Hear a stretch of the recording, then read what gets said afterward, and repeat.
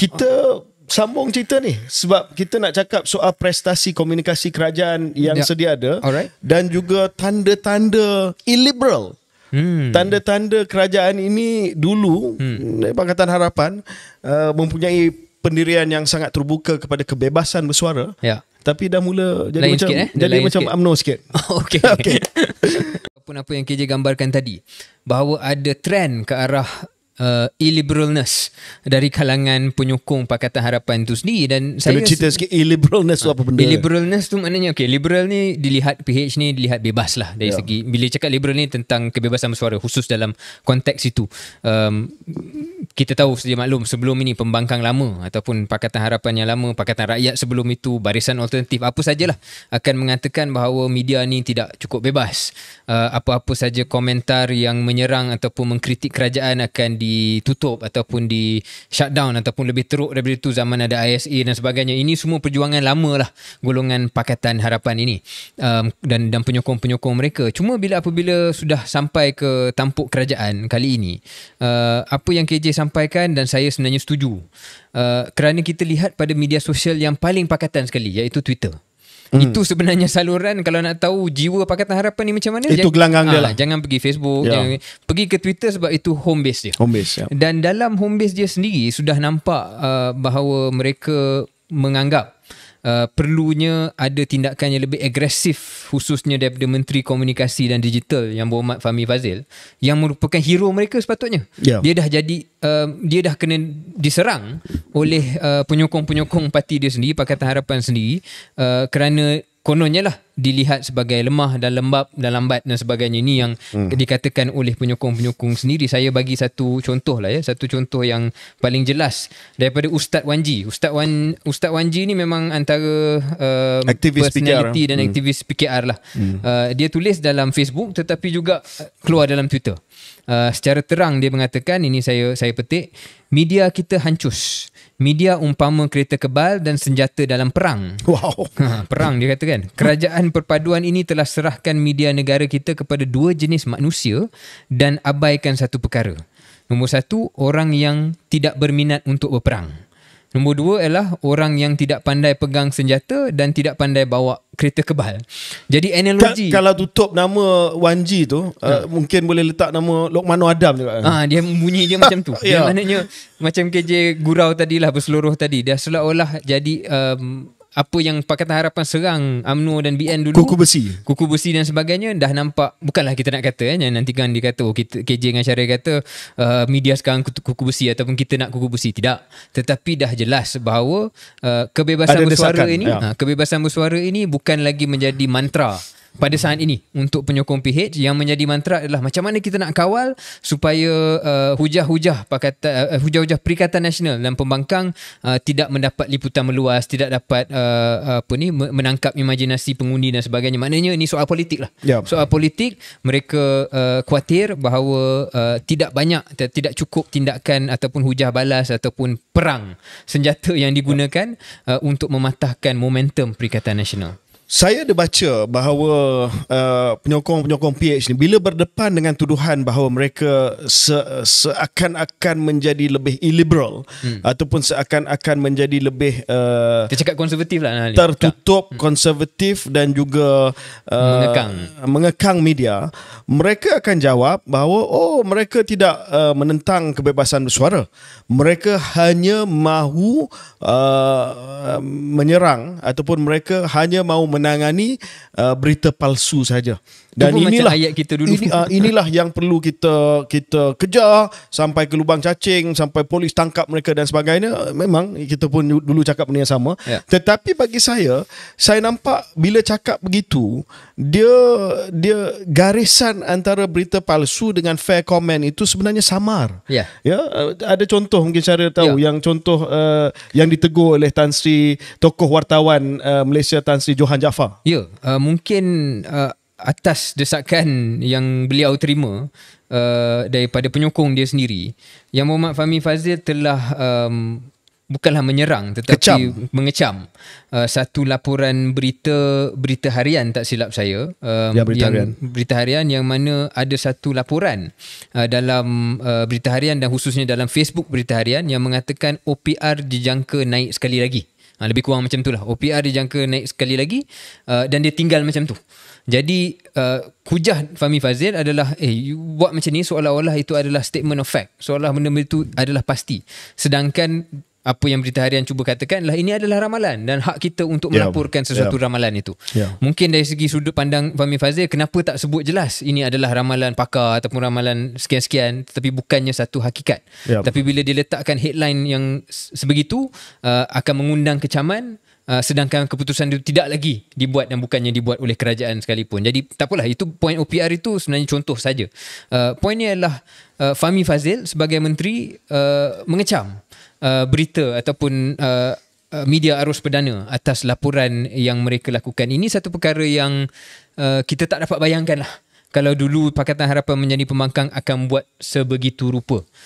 Dan saya nak, sebelum saya serah balik KJ, saya nak kupas sikit apa yang KJ katakan tadi, hujah yang selalu penyokong PH kata kan, iaitu kita hanya nak patahkan fitnah ataupun patahkan berita palsu. Seolah-olah mereka lupa waktu mereka jadi pembangkang takkan langsung dia tak ada buat berita palsu ataupun cerita yang separa benar. Jadi inilah yang kita kembali pada apa yang kita cakap awal episod ni KJ. Sama ada KWSP, sama ada media, cerita dia sama je. Apabila kita duduk di pembangkang dengan kita duduk di kerajaan, nada kita kadang-kadang berubah 180 darjah. Jadi ini yang mungkin menjadi satu perkara yang harus dihadam oleh penyokong PH sendiri. Adakah mereka nak dikenali ataupun nak buat perkara macam ni, ataupun kembali kepada prinsip yang mereka percaya. Kalau mereka percaya, buatlah perkara yang mereka percaya dan face it.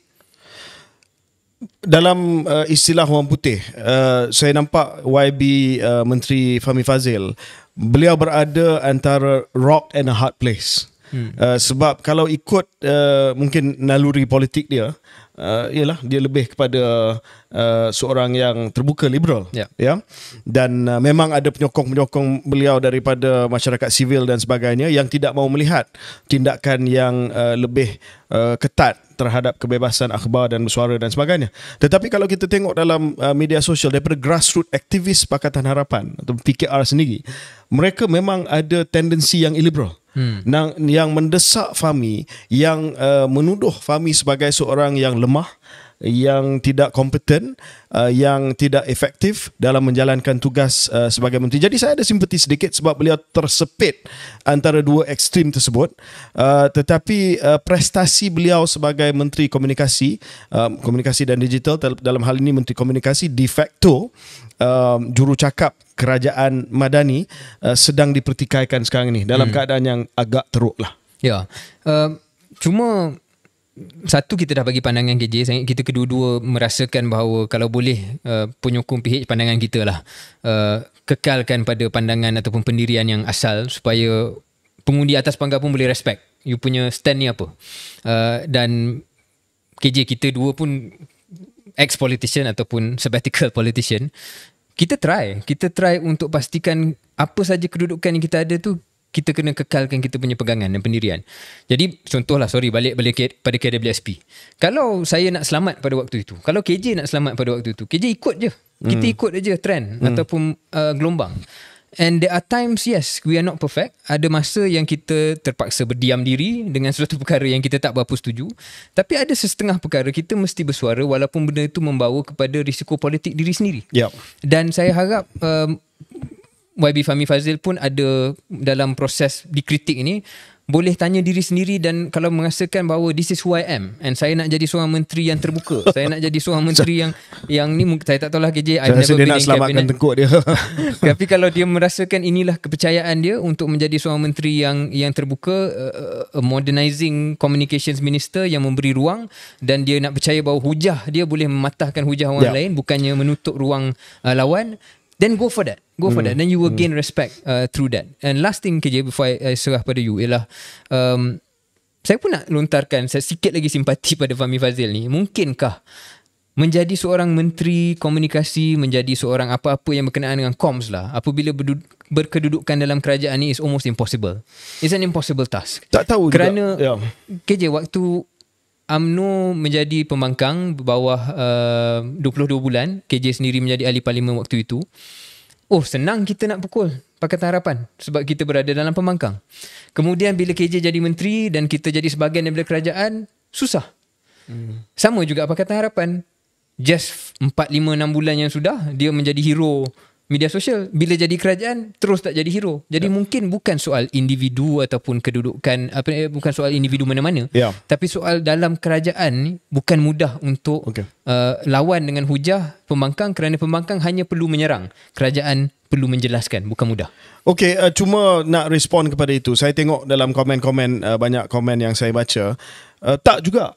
Sebab banyak komen yang mengatakan bahawa YB Gobind Singh Dio adalah seorang menteri yang bagus dan tegas. Kembalikan Gobind dan Fahmi out. Waktu PH 1.0. Yeah. So ada penanda aras mengikut pandangan daripada penyokong PH bahawa this guy, menteri yang sedia ada, bukanlah menteri yang serius, menteri yang masih lagi mungkin terlalu gairah dia jadi menteri, dan yalah, boleh dibandingkan dengan Gobind Singh yang tegas, yang menjalankan tugas dengan baik. Cuma satu komen daripada saya lah, ya. Kalau nak teruskan dengan pendekatan yang illiberal ni, ya, apa saja berita palsu, nak ambil tindakan, nak cari sampai lubang cacing dan sebagainya, saya setuju dengan Syaril, kena adil dan buat kepada semua. Ya, balik kepada KWSP.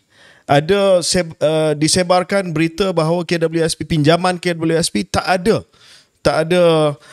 pembayaran bulanan. Ambil tindakan. Ya, saya tahu ada beberapa sitro daripada PH yang menyebarkan benda tu dengan menyerang pihak lawan. So ambil tindakan. Malah YB Fahmi Fadzil boleh masuk ke dalam mesin masa Doraemon kembali beberapa bulan, November tahun 2022, cari orang daripada PKR yang kata satu undi untuk KJ adalah satu undi untuk Zahid, jumpa diri dia sendiri dan ambil tindakan terhadap diri dia yang telah memfitnah bahawa satu undi KJ adalah satu undi Zahid, because you got Zahid as your Deputy Prime Minister. Okay. Nice ending. Okay, so saya rasa itu saja. Ya. Kita bagi ruang lah pada Fahmi Fadzil untuk tengok bagaimana nak menguruskan kritikan. Selagi mana yang beliau menjawat jawatan itu, harap-harap dapat improve dalam keadaan itu. Okay, terima kasih.